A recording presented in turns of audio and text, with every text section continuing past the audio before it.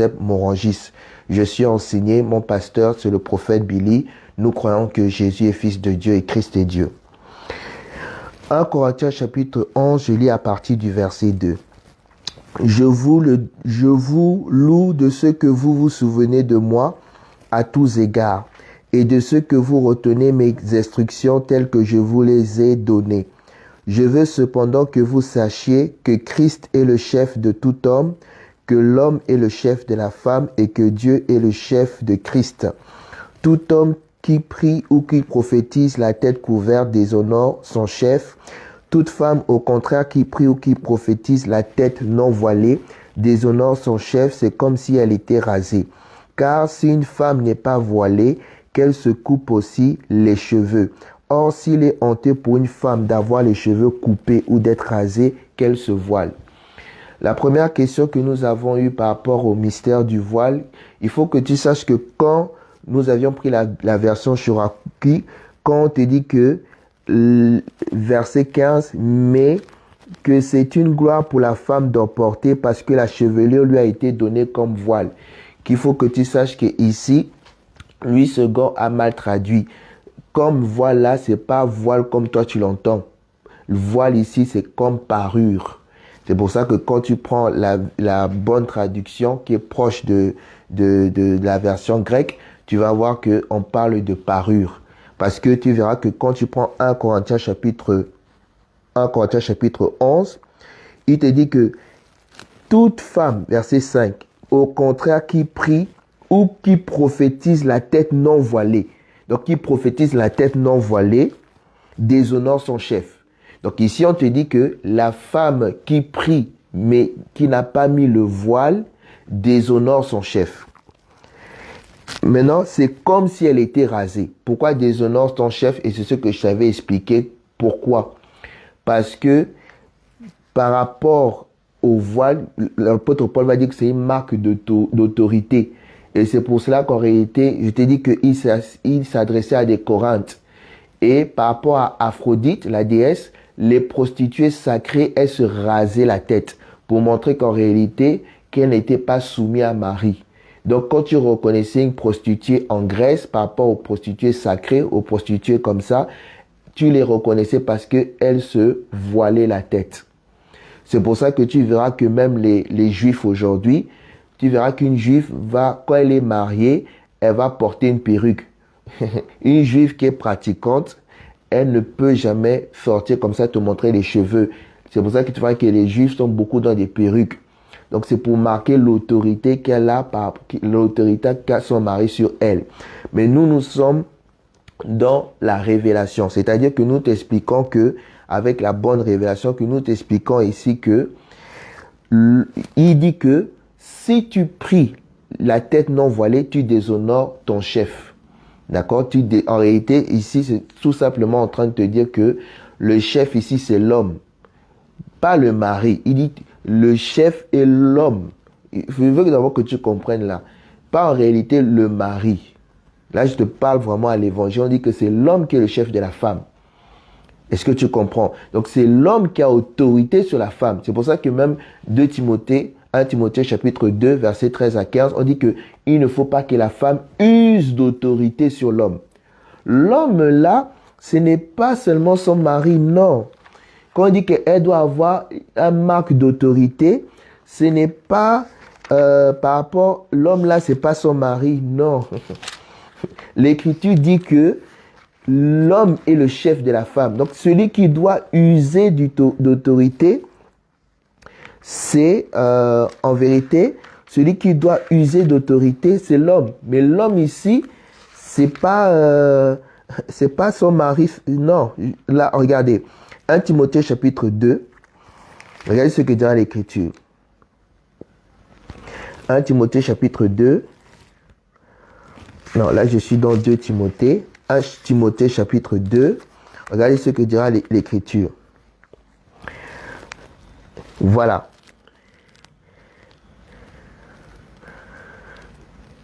Voilà, verset 12. Je ne permets pas à la femme d'enseigner, ni de prendre de l'autorité sur l'homme. Ni de prendre de l'autorité sur l'homme. C'est-à-dire que la sœur dans l'église ne peut pas avoir une tâche où elle prend l'autorité sur les frères. C'est pas la parole. Est-ce que tu comprends? C'est-à-dire que tu peux pas avoir une sœur qui est chef des chantres. Qui est chef des chantres.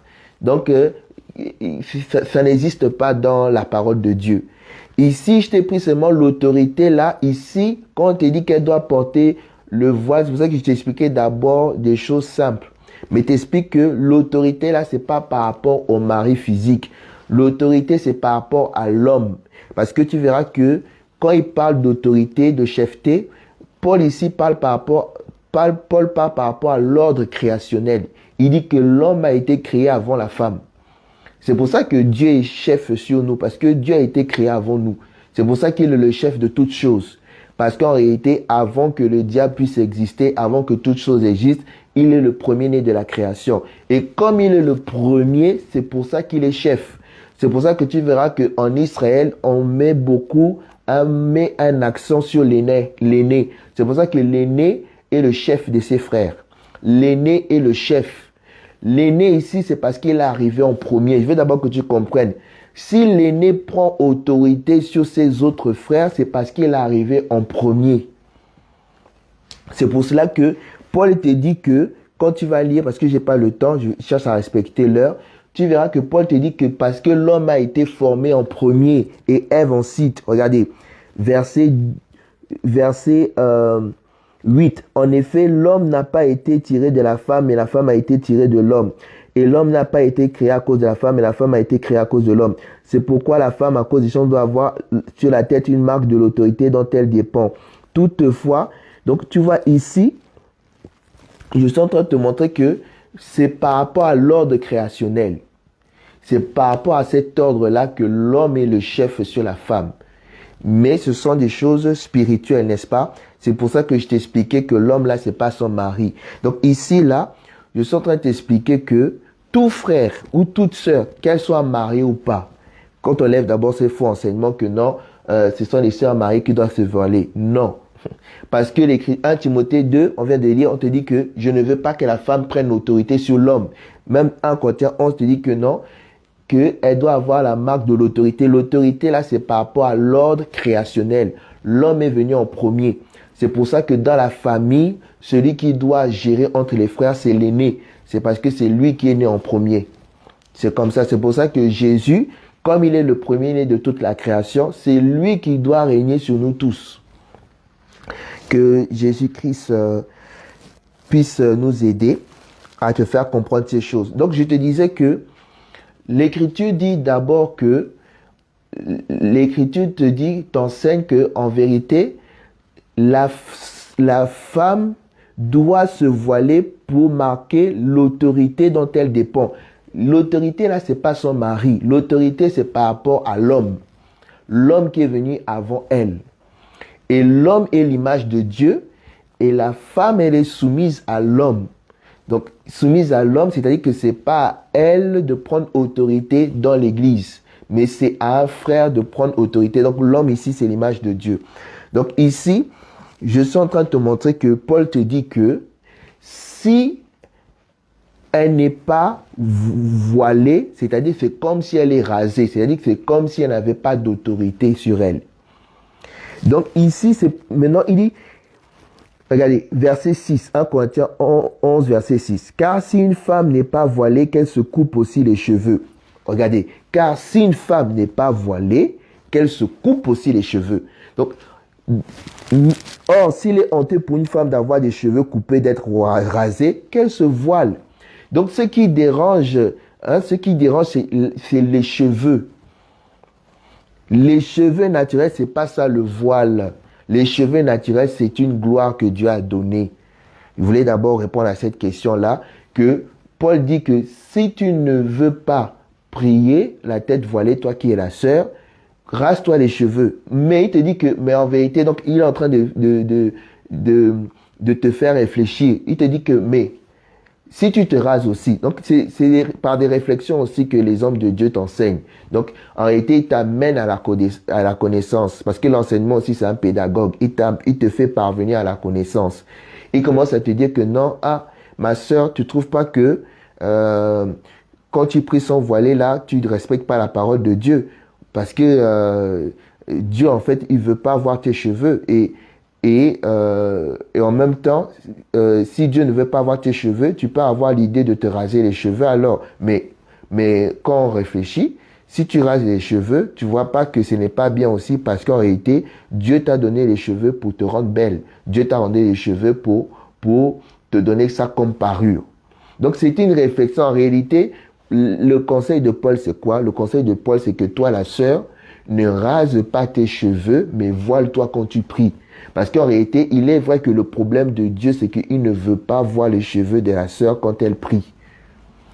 Mais maintenant, il fait comme s'il réfléchissait à voix haute que la sœur, tu peux penser qu'il suffit de te raser puisque le problème de Dieu, ce n'est pas voir tes cheveux. Mais il te dit que ce n'est pas ça la bonne solution parce que quand on y pense bien, il t'a donné les cheveux comme étant gloire et que c'est une gloire pour toi d'en porter.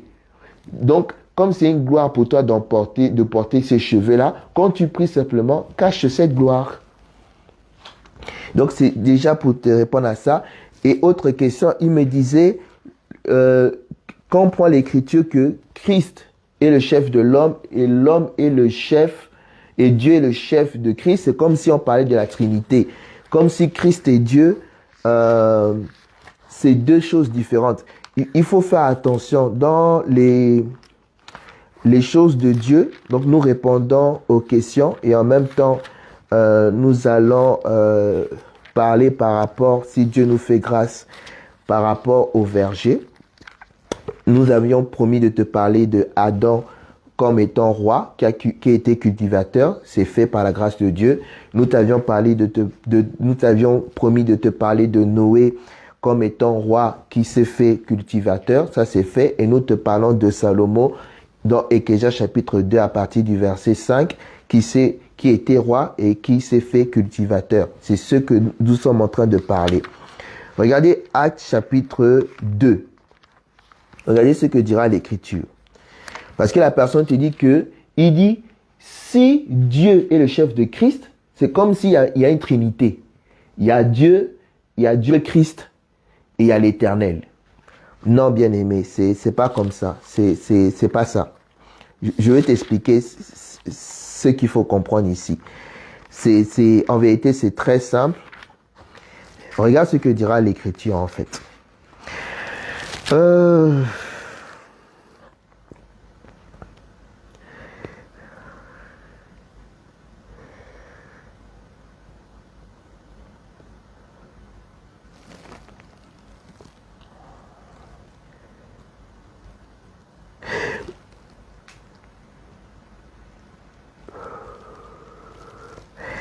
Actes chapitre 2.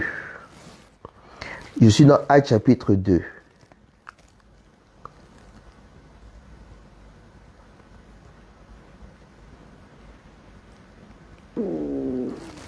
Actes chapitre 2.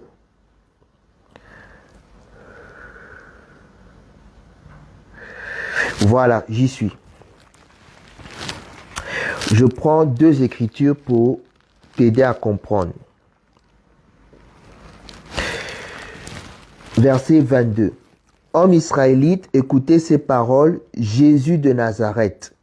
Cet homme à qui Dieu a rendu témoignage devant vous par les miracles, les prodiges et les signes qu'il a opérés par lui au milieu de vous, comme vous le savez vous-même. Cet homme, livré selon le dessein arrêté et selon la préscience de Dieu, vous l'avez crucifié, vous l'avez fait mourir par la main des impies. Dieu l'a ressuscité en le délivrant des liens de la mort parce qu'il n'était pas possible qu'il fût retenu par elle. N'est-ce pas? Je continue. Dieu l'a ressuscité. Je lis à partir du verset 31. C'est la résurrection du Christ. C'est la résurrection du Christ. Suis-moi bien. Qu'il a prévu et annoncé en disant qu'il ne serait pas abandonné dans le séjour des morts et que sa chair ne verrait pas la corruption. C'est ce Jésus que Dieu a ressuscité. Nous en sommes tous témoins. Donc, regarde bien ce que dit l'Écriture. L'Écriture te dit qu'en réalité, hein, ce n'est pas Jésus en tant qu'homme qui s'est ressuscité lui-même.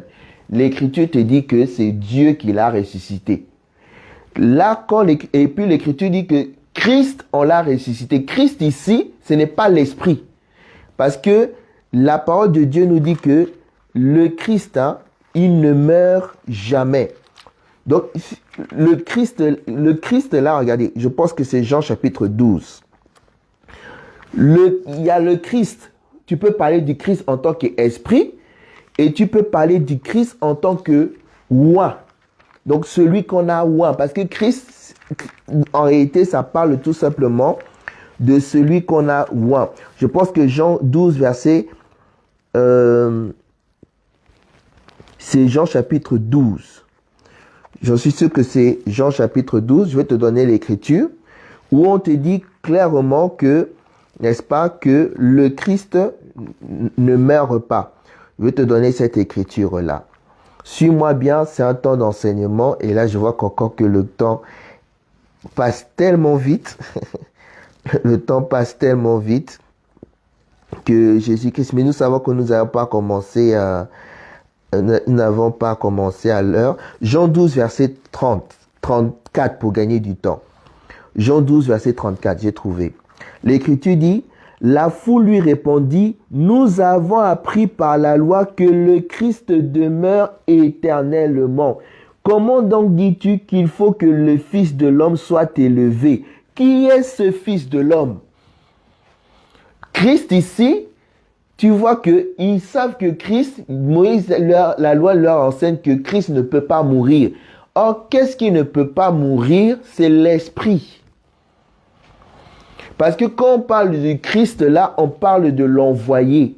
Mais maintenant, dans l'envoyé là, tu as une partie homme, tu avais la partie de l'esprit. Celui qui est mort et ressuscité, ce n'est pas l'esprit. L'esprit ne meurt pas. Celui qui est mort et ressuscité, c'est Jésus. Maintenant, quand on dit le Christ, on parle de l'envoyé.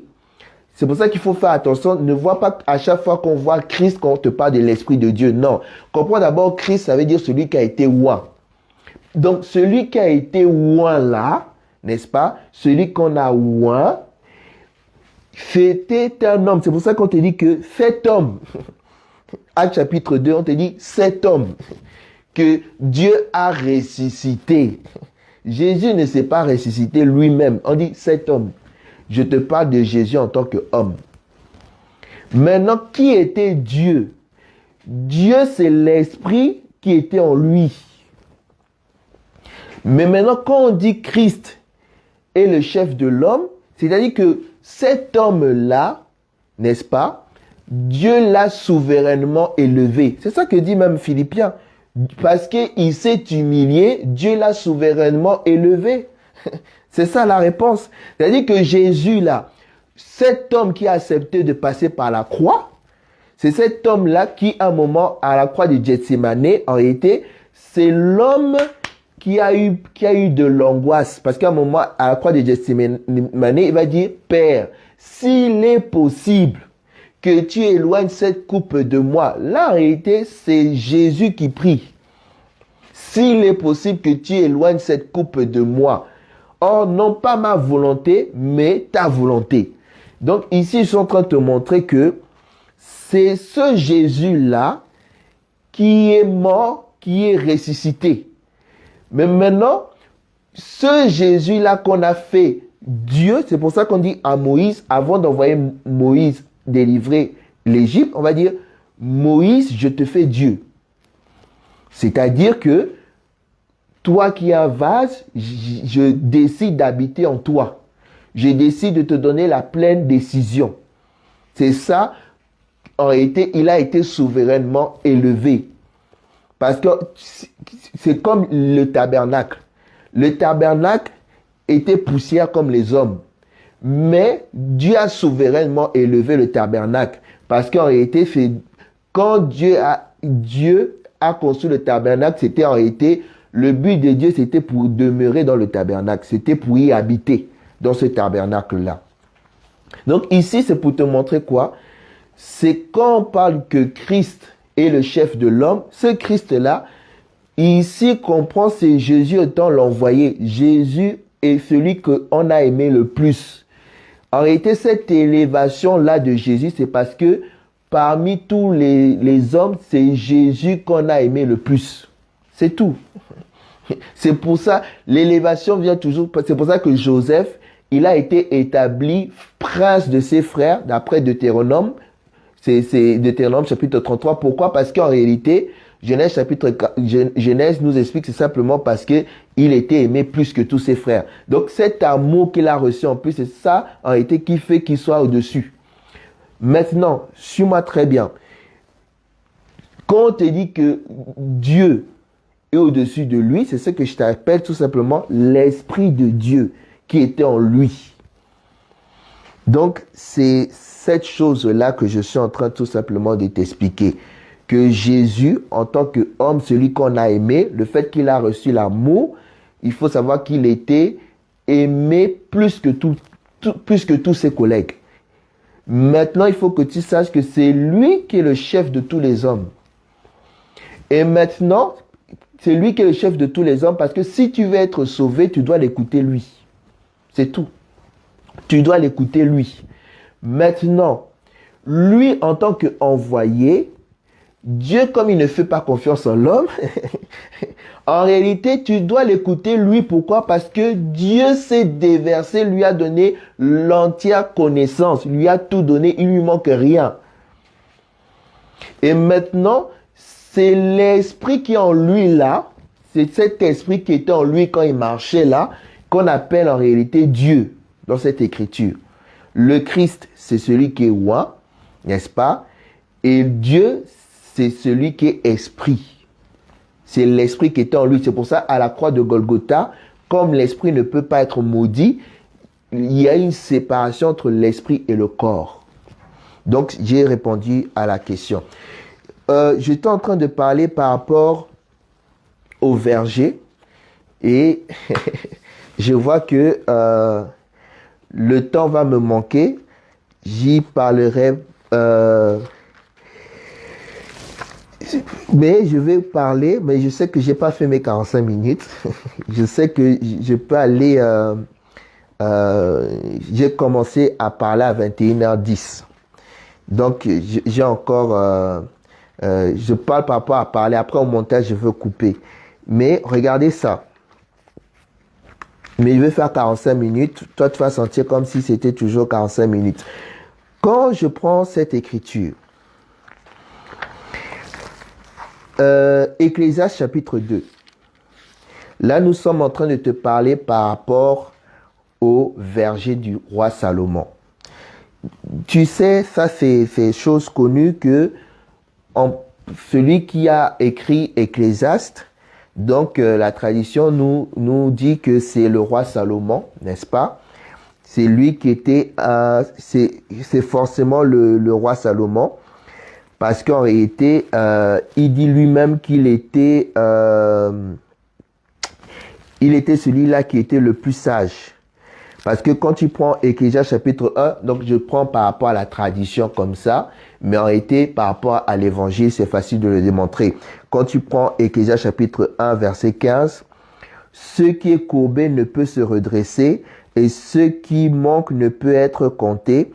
J'ai dit en mon cœur, voici j'ai grandi et surpassé en sagesse tous ceux qui ont dominé avant moi sur Jérusalem. Et mon cœur a vu beaucoup de sagesse et de science. » Donc celui qui surpassait tout le monde à Jérusalem, c'était Salomon en réalité. C'était lui l'homme le plus sage.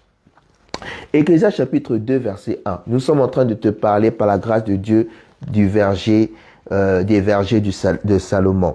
Suis-moi, c'est un temps d'enseignement. Que Jésus-Christ nous fasse grâce. J'ai dit en mon cœur, verset 1, « Allons, je t'éprouverai par la joie et tu goûteras le bonheur. » Et voici, c'est encore là une vanité. J'ai dit du rire insensé et de la joie, à quoi sert-elle? J'ai résolu en mon cœur de livrer ma chair au vin, tandis que mon cœur me conduirait avec sagesse et de m'attacher à la folie jusqu'à ce que je visse ce qu'il est bon pour les fils de l'homme, de faire sous les cieux pendant le nombre de jours de leur vie. Verset 4. J'exécutais de grands ouvrages, je me bâtis des maisons, je me plantai des vignes, je me fis des jardins et des vergers, et j'y plantai des arbres à fruits de toute espèce. Verset 6. Je me créai des étangs pour arroser la forêt où croissaient les arbres. Donc, les vergers, c'est quoi? Donc, tu vois qu'ici que le bien-aimé Salomon t'explique que lui étant roi, il a planté des jardins. Et nous, ce qui nous intéresse, on ne peut pas enseigner sur tout. Nous, ce qui nous intéresse, c'est par rapport au verger que lui, il a entretenu. N'est-ce pas? Qu'il a fait. Le verger, c'est le jardin. Donc, le verger, c'est toujours un jardin, donc un champ privé, où est cultivé les arbres fruitiers. C'est très important que tu puisses comprendre ça.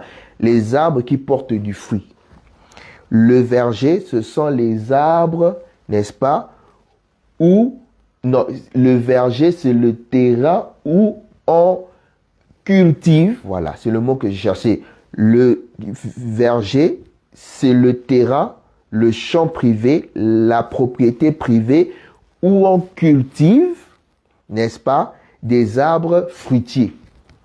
Que Jésus-Christ soit favorable. Et là, nous t'expliquions ce verger-là, n'est-ce pas, nous allons te montrer tout doucement qu'en réalité, ça parle en réalité de l'Église.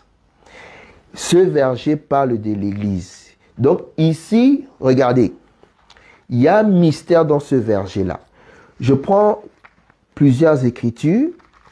Je prends d'abord Ésaïe. Ésaïe chapitre 29. Prends avec moi l'écriture. Ésaïe chapitre 29. Ésaïe chapitre 29. Je lis à partir du verset 15. Ésaïe 29, verset 15. Je lis. Malheur à ceux qui cachent leurs desseins pour les dérober à l'Éternel, qui font leur œuvre dans les ténèbres et qui disent qui nous voit et qui nous connaît. Quelle perversité est la vôtre? Le potier doit-il être considéré comme de l'argile pour que l'ouvrage dise de l'ouvrier, il ne m'a point fait. Pour que le vase dise du potier, il n'a point d'intelligence. Encore un peu de temps et le Liban se changera en verger. Encore un peu de temps et le Liban se transformera en verger. Et le verger sera considéré comme une forêt. En ce jour, les sourds entendront les paroles du livre et délivrés de l'obscurité et des ténèbres, les yeux des aveugles verront. Les malheureux se réjouiront de plus en plus en l'Éternel et les pauvres feront du Saint d'Israël le sujet de leur allégresse. Or, dans les béatitudes, Matthieu chapitre 5, les pauvres en esprit, les pauvres, les aveugles, quand on va dire que les aveugles voient, les boiteux marchent, tous ces aveugles-là, ces pauvres-là, le Liban ici, c'est l'image des nations. Suis-moi très bien. Le Liban, c'est l'image des nations. Maintenant, on te dit que le Liban, en réalité, c'est le Liban dans la pensée de Dieu, n'est-ce pas? Le Liban est un désert.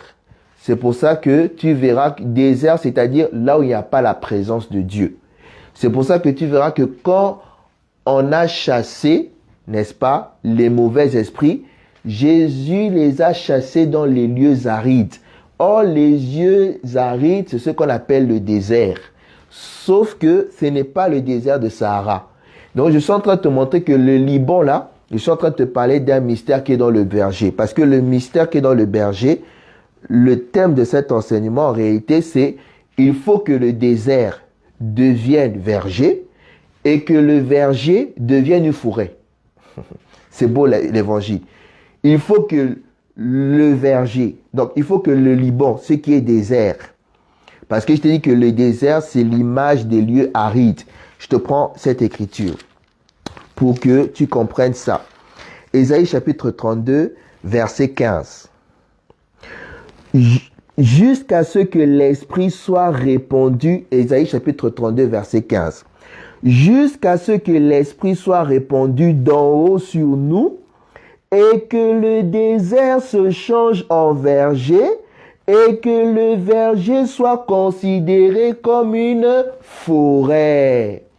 C'est pour ça que quand j'étais pris Ésaïe chapitre 29, j'étais expliqué qu'en réalité que Liban, c'est l'image de la terre qui est aride.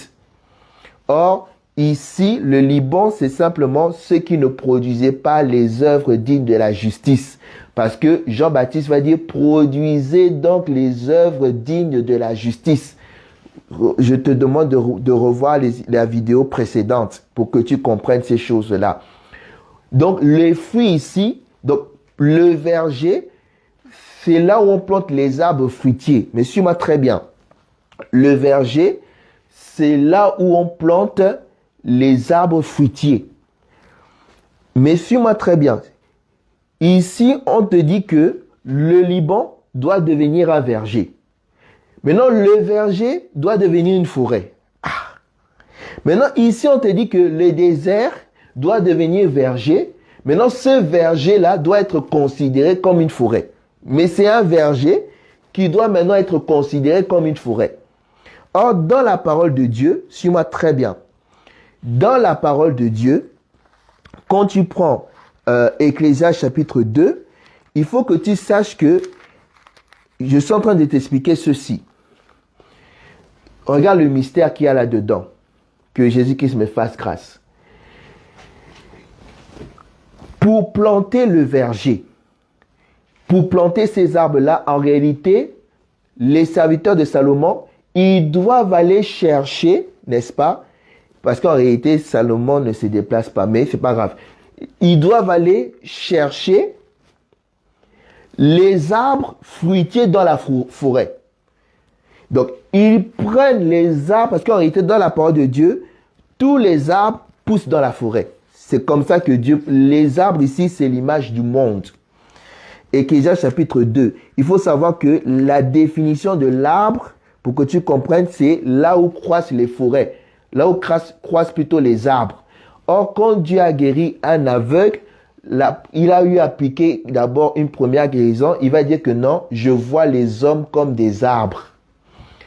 Les hommes parlent des arbres. Rappelle-toi, on avait pris Juge chapitre 9. Juge chapitre 9 nous montre que les arbres, ça parle des hommes. Je prends d'abord Juge chapitre 9 pour que tu comprennes cette chose-là. Que les arbres parlent des hommes. Juge chapitre 9. Regarde ce que dira l'Écriture. Juge chapitre 9. Voilà, je lis à partir du verset 7. Jotham en fut informé, il alla se placer sur le sommet de la montagne de Gérazim, et voici ce qu'il leur cria à haute voix. Écoutez-moi, habitants de Sichem, et que Dieu vous écoute. Les arbres partirent pour aller oindre un roi et le mettre à leur tête. Ils dirent à l'olivier, règne sur nous. Donc tu connais cette histoire-là. Donc en réalité, les arbres ici, ils voulaient faire roi un arbre. L'olivier a refusé, le figuier a refusé, la vigne a refusé. J'en ai parlé dans les vidéos précédentes. Tu peux aller encore voir cela. Moi, ce qui m'intéresse, c'est quoi? C'est que tu puisses comprendre que, regardez, Ecclésiaste chapitre 2, je lis à partir du verset 5. Suis-moi très bien. Je me fis des jardins et des vergers, et j'y plantai des arbres à fruits de toute espèce. Je me créai des étangs pour arroser la forêt où croissaient les arbres.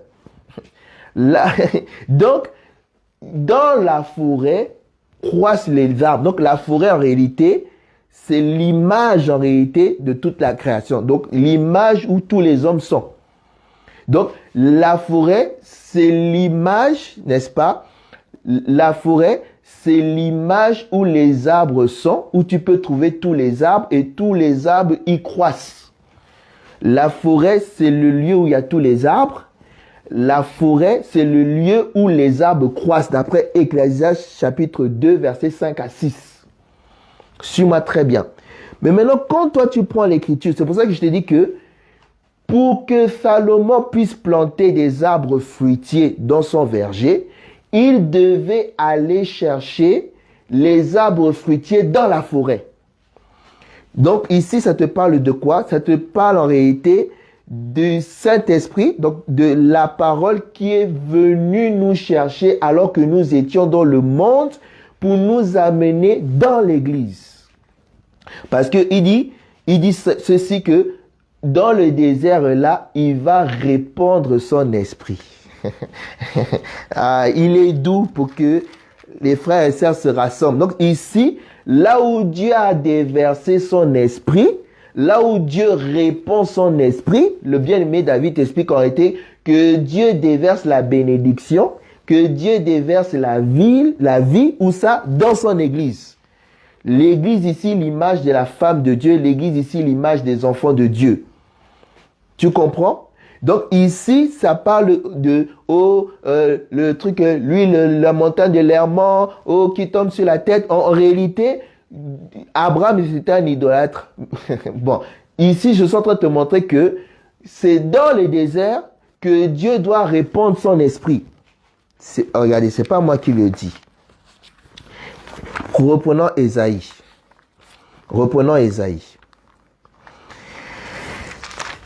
Ésaïe chapitre 32. Reprenons ça. Que Jésus-Christ me fasse grâce. Regarde ce que dira l'Écriture. Ésaïe 32, verset 15.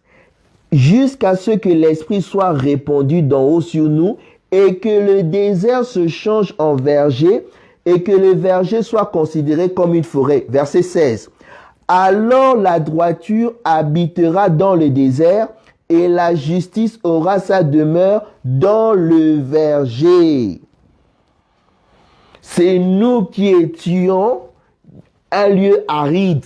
On n'avait pas le Saint-Esprit, on n'avait pas la parole. Mais Dieu va déverser son esprit sur ce désert. Mais maintenant, je t'explique ce mystère-là. Suis-moi très bien. En réalité, il prend des arbres de la forêt. Ces arbres de la forêt-là, il les amène dans son verger qui est l'image de l'église. Parce que les arbres fruitiers, ce sont les arbres qui portent des fruits, c'est-à-dire Jean-Baptiste va nous aider. Ce sont des arbres qui portent qui produisent les œuvres dignes de la repentance. C'est pour ça qu'on te dit que le fruit de l'esprit, c'est quoi? C'est le calme, la patience, l'amour fraternel, le ceci, l'hospitalité. Donc, le fruit, en réalité, ce sont les œuvres. Donc, l'arbre fruitier, ce sont les enfants de Dieu qui produisent les œuvres. Mais suis-moi très bien. Donc, ces arbres fruitiers-là, croissaient, suis-moi bien, ils croissaient dans la forêt. N'est-ce pas? Or, je t'ai dit que la forêt d'abord, comprends d'abord que la forêt, c'est le lieu où doivent croître les arbres. C'est comme ça que Ecclésiaste chapitre 2 définit la forêt. Il dit la forêt où croissaient les arbres.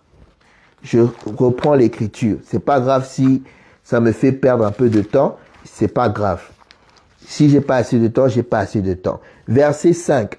Je me fis des jardins et des vergers et j'y plantai des arbres à fruits de toute espèce. Je me créai des étangs pour arroser la forêt où croissaient les arbres. Donc, il prend des arbres qui grandissaient dans la forêt, il les place dans le verger, et maintenant il te dit qu'il faut que le verger devienne une forêt. Alléluia. Il faut maintenant que le verger devienne une forêt. C'est beau l'évangile. Je suis en train de te parler en réalité d'une nouvelle créature. Parce qu'en réalité, il fait de nous, 2 Corinthiens chapitre 5, il fait de toi une nouvelle créature. Donc, tu croissais dans les arbres, n'est-ce pas? Tu grandissais dans les arbres, dans la forêt, qui est l'image du monde. Mais maintenant, Jésus te dit que quand tu viens dans son verger, il faut maintenant que ce verger-là devienne ta forêt. C'est-à-dire que tu nais de nouveau. Alléluia. C'est pour ça que je t'ai montré qu'il faut que le verger devienne une forêt. Parce qu'en réalité, la forêt là, c'est l'image de la création. Donc, en réalité, ce verger-là devient une nouvelle création. Tu deviens une nouvelle créature. Le verger, c'est le lieu où se rassemblent des nouvelles créatures. Parce que tu étais une ancienne créature, tu es devenue une nouvelle créature. Toutes choses anciennes sont passées. C'est ça que je suis en train de t'expliquer que, regardez, 2 Corinthiens chapitre 5. Je vais te montrer que ça parle d'une nouvelle création. C'est pour ça que je t'ai dit que, rappelle-toi, le temps passe tellement vite. Regardez, 2 Corinthiens chapitre 5. J'ai bientôt fini. 2 Corinthiens chapitre 5, verset 17. Si quelqu'un est en Christ, il est une nouvelle créature. Les choses anciennes sont passées. Voici, toutes choses sont devenues nouvelles. C'est ça que tu croissais dans la forêt. L'image du monde. Mais maintenant, il te prend du monde, il t'amène dans le verger qui est l'image de l'église. Mais maintenant, il te dit que maintenant, donc ce verger-là devient en réalité une forêt. Doit être considéré comme une forêt. C'est ça que je t'explique que il te prend de la forêt, il t'amène dans le verger, et il te dit maintenant que ce verger-là soit considéré comme une forêt. Regardez, et je prends Ésaïe. Ésaïe, n'est-ce pas? Ésaïe chapitre 32, verset, regardez ça. Verset 15. Jusqu'à ce que l'Esprit soit répandu d'en haut sur nous et que les déserts se changent en verger et que le verger soit considéré comme une forêt. C'est pour cela qu'en réalité que nous, les enfants de Dieu qui produisons les fruits dignes de la repentance, Dieu nous appelle en réalité une nouvelle créature. Parce que je t'ai expliqué d'abord que la forêt, c'est l'image du monde. La forêt, c'est l'image du monde. Donc, l'image de la création. Il nous a pris dans le monde et a fait de nous une nouvelle créature. Or, je suis en train de t'expliquer qu'à la croix de Golgotha, c'est ce que je te disais dans les anciennes vidéos, que Jésus avait prononcé 7 paroles. Or, les 7 paroles-là, donc il nous a pris du monde, on était des pécheurs, mais le fait qu'il nous connaissait comme étant des arbres fruitiers dans le monde, bien qu'on était dans le monde, ça parle de la prédestination. Dieu nous connaissait d'avance. Ça parle de ça. On était des arbres fruitiers, mais dans la forêt déjà, ça parle en réalité de la prédestination, de la préscience de Dieu. Il nous savait déjà comme étant des arbres fruitiers. Il savait qu'on allait produire les fruits dignes de la repentance. Donc, on grandissait dans le monde.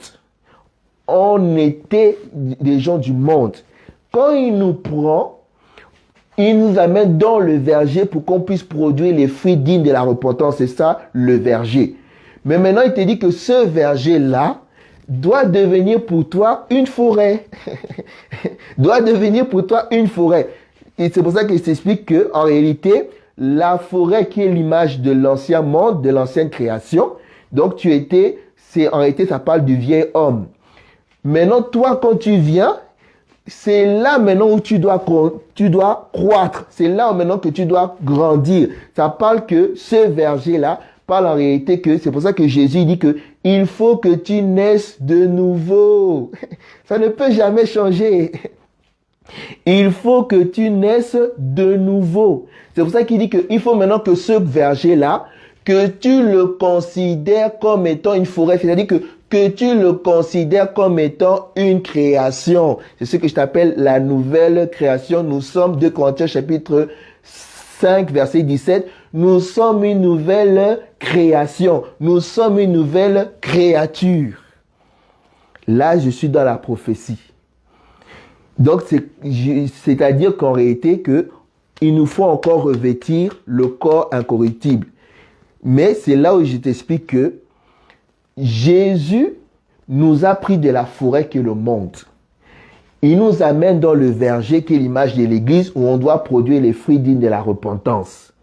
Mais maintenant, il te dit qu'il faut que tu considères cette forêt-là comme l'endroit où maintenant où tu dois croître, l'endroit où maintenant où tu dois grandir. C'est-à-dire que si tu étais vieux, hein, si tu avais 90 ans, tu te dis que non, je ne peux plus grandir, j'ai déjà 2,50 m.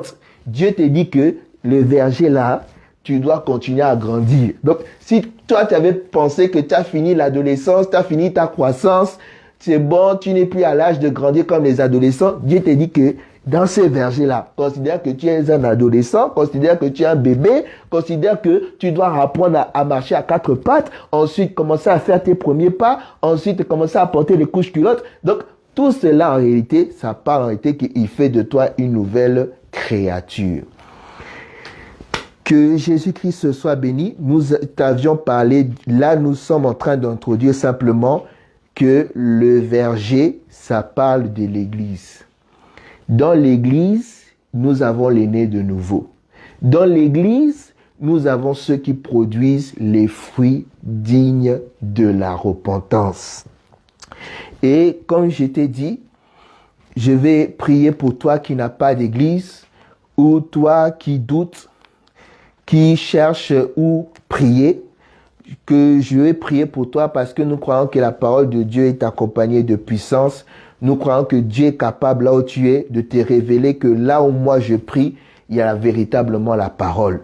Que Dieu puisse manifester un signe, parce que la parole de Dieu dit que voici les miracles qui accompagneront ceux qui ont cru.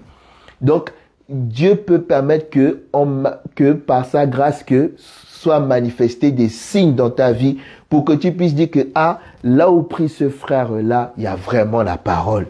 Et nous allons prier pour que Dieu puisse se manifester parce que la parole n'est pas que verbe. La parole aussi manifeste sa puissance. Là où Dieu est, ça s'entend. Et là où Dieu est, ça se voit. Je vais prier pour toi afin que Dieu puisse te montrer, puisse te confirmer que là où je suis, en Île-de-France, en 34 avenue Ferdinand de Lesseps, il y a véritablement la parole. Je vais prier pour toi. Ne manque pas ce mercredi, déjà même demain, à partir de 21h, il y a une émission où on va faire que prier pendant 1 heure, de 22h à 23h avec le frère Justin, toujours sur cette même page Billy Bilolo Live. Et mercredi, nous avons culte à partir de 19h au 34 avenue Ferdinand de Lesseps sur l'Île-de-France. Je vais prier pour toi, toi qui n'as pas d'église, toi peut-être tu sens que là où tu es dans une fausse église, tu as des doutes, mais que Dieu, c'est le Saint-Esprit qui convainc les cœurs. Je vais prier pour toi. Jésus-Christ, moi je crois que tu es celui qui nous a encore parlé ce soir. Je ne crois pas que c'est par l'éloquence qu'on convainc un cœur. Je ne crois pas que c'est parce que la personne a parlé avec éloquence sans faire de faute que la personne est touchée par l'évangile. C'est toi seul qui touches les cœurs. C'est toi le véritable gagneur d'âme.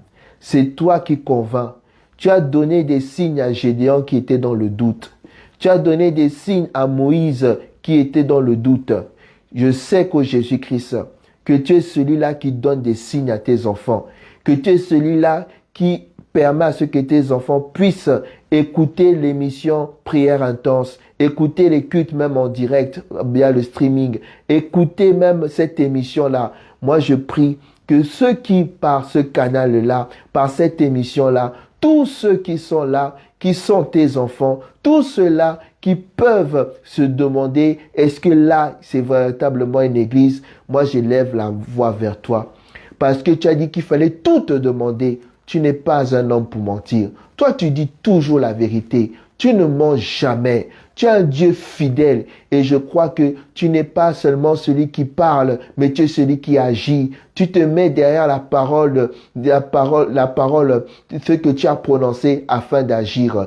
Moi, j'élève la voix vers toi parce que tu es mon Dieu. Parce que moi, j'ai confiance en toi et je sais que c'est toi qui aimes à ce que tu aies une grande réputation. C'est toi qui aimes te glorifier. Tu aimes à ce que la gloire te revienne. J'élève la voix parce que je ne connais pas qui peut être derrière derrière son écran. J'élève la voix parce que je ne connais pas qui sont tes enfants. Toi seul les connais. Toi seul es capable de toucher les cœurs. Même ceux-là qui sont venus comme les huissiers avec des mauvaises intentions, tu es capable de toucher leur cœur. Même ceux-là qui peuvent être venus avec en cachette comme Nicodème, tu es capable d'en faire eux tes disciples. Ma prière au Jésus-Christ, parce que tu as voulu à ce que nous puissions écouter ta parole auprès de tes serviteurs que tu as mandatés. Ma prière au Jésus-Christ, que tu puisses toucher le cœur de cette personne qui m'écoute, de cette personne-là qui n'a pas d'église, de cette personne-là qui se sent dans la fausseté, de cette personne-là qui ont proie des doutes,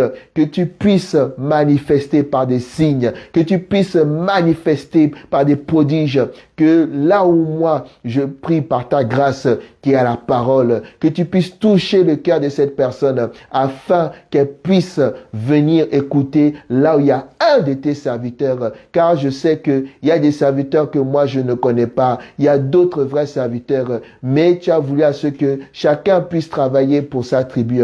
Moi j'élève la voix vers toi, Jésus-Christ, parce que c'est toi qui es Dieu, parce que c'est toi seul qui touche les cœurs. Ce n'est pas ma parole, mais c'est ta parole. Ce n'est pas mes âmes, mais ce sont tes âmes. Ce n'est pas mes enfants, mais ce sont tes enfants. Ce n'est pas moi qui suis mort à la croix pour eux, mais c'est toi seul. Ce n'est pas moi qui suis parfait, mais c'est toi qui es parfait. Ce n'est pas moi qui suis compatissant, mais c'est toi qui es compatissant. Ce n'est pas moi qui suis lent à la colère, mais c'est toi qui es véritablement lent à la colère. Je ne suis qu'un imitateur, je ne suis que le reflet que ce que toi tu es dans la perfection. Jésus-Christ, touche les cœurs, manifeste-toi de manière glorieuse. Amen.